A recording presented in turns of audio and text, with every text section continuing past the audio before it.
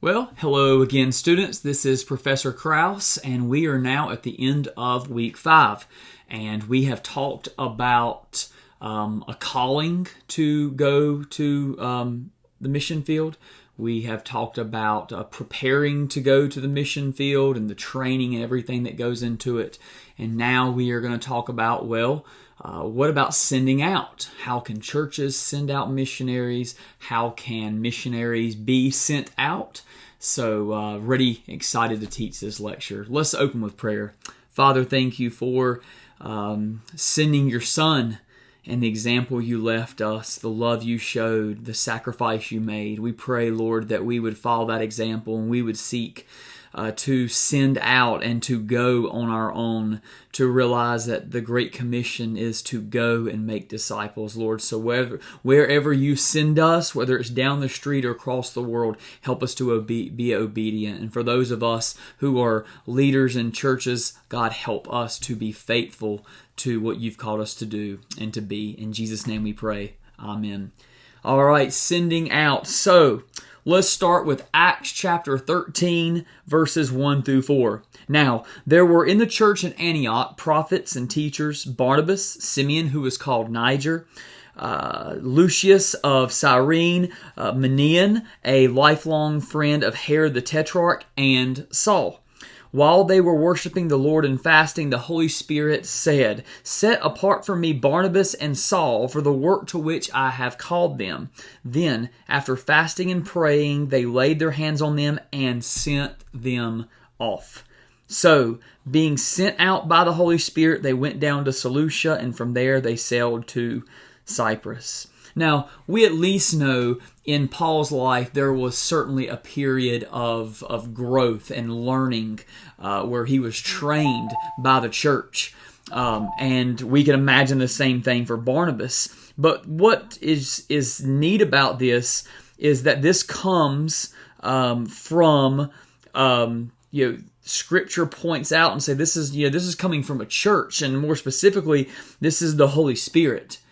This is God Himself leading this church, the church at Antioch, to set apart those who God has called. And we talked about calling already, didn't we? That to set them apart. And they prayed, they laid hands on them, and they sent them out. So the church recognized God was calling them to send missionaries out. And so it was no longer enough to remain in place, to sit in Jerusalem, Judea, and Samaria. They were being sent out to the furthest reach places on the globe. Now we see, of course, we don't want to miss the role of the Holy Spirit. Twice the Spirit is mentioned as the one who is sending out.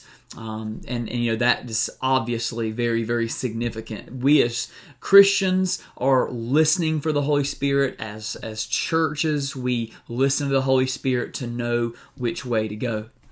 So let's talk about charting a course. You are called. You have trained. What's next? Do you know where God is calling you? Is He calling you to a specific people group, to an area, to people who are completely unreached, people who speak a certain language, a certain age group? How are you going to get there? Are you going to go through your church? Are you going to go through an association? Are you going to be sent out through both? What is your plan to get from where you are right now, knowing you're called and knowing you've been trained, to getting to the mission field? That is the question that we consider today and what that looks like. So number one, churches and sending. Some of this we've already talked about before. Everyone is called to be a part of God's work in missions, the mission of God, but not everyone is called to be a missionary. We see here that God called particular individuals to be sent out on mission.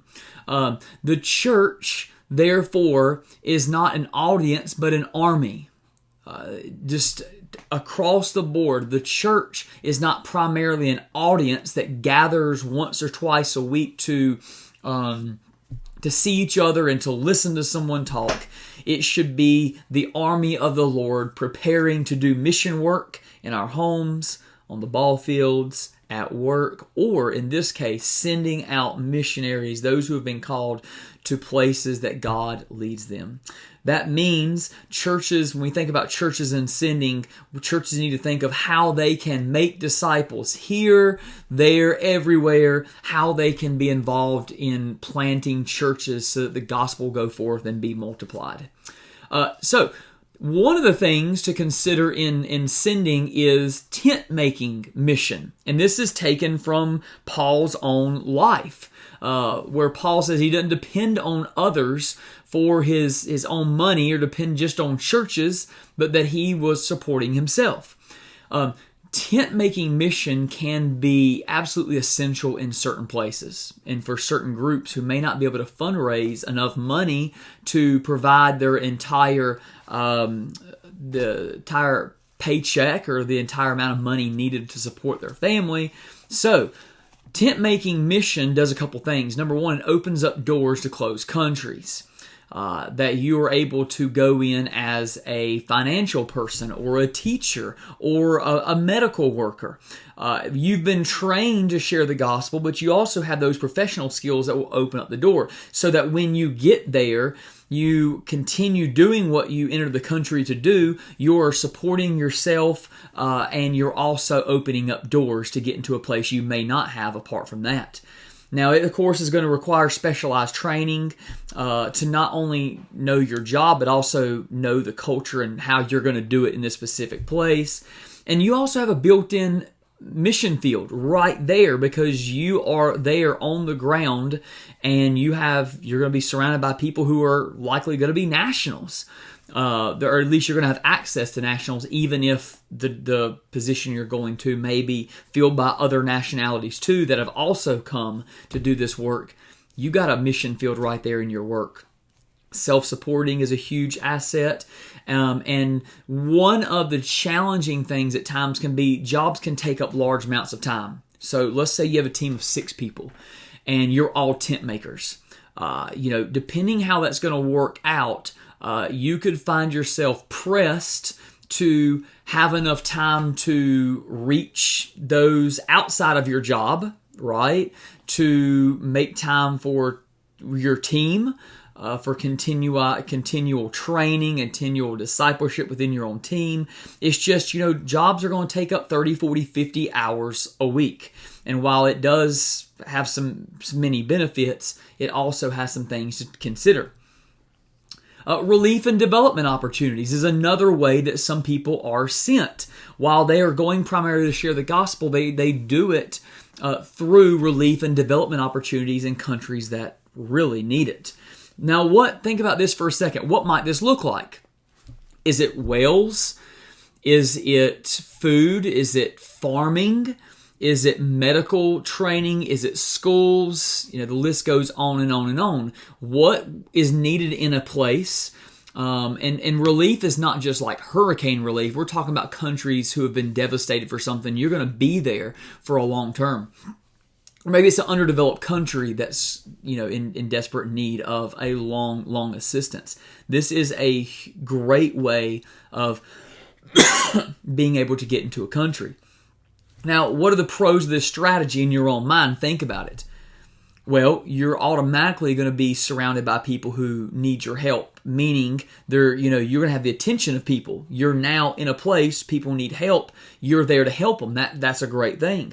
Another pro is that for most of these opportunities, they're going to last a while. Whereas some opportunities that missionaries might have, let's say for like a teaching job, it could end potentially. But relief and develop opportunities, some of those are going to be there for a while. Now, what are potential dangers? Well, for one of them, if the job is ever completed, they might shut it down, depending on how close that country is. The work can be very hard at times. It can be frustrating having to deal with the government, having to deal with other organizations in this opportunity. Trying to stay focused on sharing the gospel when so much of your time is providing certain types of aid, right? That, Many groups have been sidetracked from their main goal of sharing the gospel because of relief and development opportunities. But you do have the willingness of the people to listen once needs are met, more likely to listen, and countries that are maybe more likely to let you come in and help because of what you're offering them. So now I want you to take a moment on your own, whether it's a piece of paper just on your mind, maybe jot down a few notes on a note card. What must be in place before attempting to send an individual team to the mission field? So think about it. If you were responsible for a team and you've already agreed that you are called, and you've already agreed that you are, you've been going through training and team working exercises and that sort of thing, what are the essentials that you would require to be in place before attempting to send a team or an individual to the mission field? Think about this maybe from the eyes of a church. What has to be in place? Well, number one, you got funding. How will your team raise the funds to get to the field? How will your team maintain the funds? How will your team spend the funds and replenish them?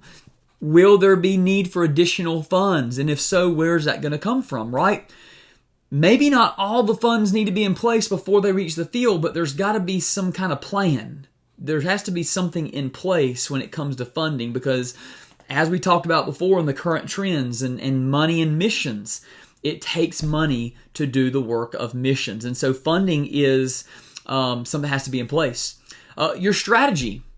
We briefly touched on this earlier in preparing for the field, but what's step one? You hit the ground. What's your step one? What are you going to do? Who's going to be involved? What are the different roles involved? What happens if step one doesn't work? Is there a way to pivot to step two? Or is your team flexible and able to adapt and rework the strategy? Still the same goal, still the same team, but a way to not just give up, but to continue forward. How are you going to remain encouraged and steadfast if step one, step two takes longer than expected, or they just don't work? What is that strategy, and how can you maintain that strategy throughout your time? Accountability is huge. You've got to have accountability in place before you leave. What is in place to keep the team on track? And not just the team itself, because the team itself is going to be on the field, and yes, you will have to keep each other accountable. But what kind of outside accountability is looking inward, and accountability is not just some kind of like, here's 3 things, like a list of 3 things you must do or we're pulling you back, but more of, keeping you on track, making sure that you keep the vision and the strategy in mind, that you're spending the funds that you're supposed to, and you're being wise and all those things. Which goes to with accountability, but also probably strategy too. How is success measured? So that if you don't reach someone who is lost, you don't plant a church. Your goal is to plant a church within 3 years, but that doesn't happen yet. How can you still show that you are being successful, that your team is being faithful and effective on the field? 4, you need support. No matter how big a team is, you're going to need support. How is the team being supported? Is the team being supported within the country, from outside of the country, within the team? How are they being encouraged? Are there times where they can rest? These are things that need to be in place before the mission field is reached. Not just, when we get there, we'll work on these things. Because once you hit the mission field, it's probably going to be all hands on deck, let's get started. So, if you have any additional ideas for sending, we've talked about sending a little bit through the preparation and current trends, but these are just some basic thoughts about what it looks like to actively send, and whether this is through an agency, whether this is through a church, or the best of both worlds, an individual or a team. These principles are important to consider for you as a missionary, for those who you're supporting as missionaries, or even as a church who's seeking to send out a missionary. If you have any further thoughts or anything you would add, please feel free to reach out to me. If not, look forward to seeing you at the next lecture. God bless.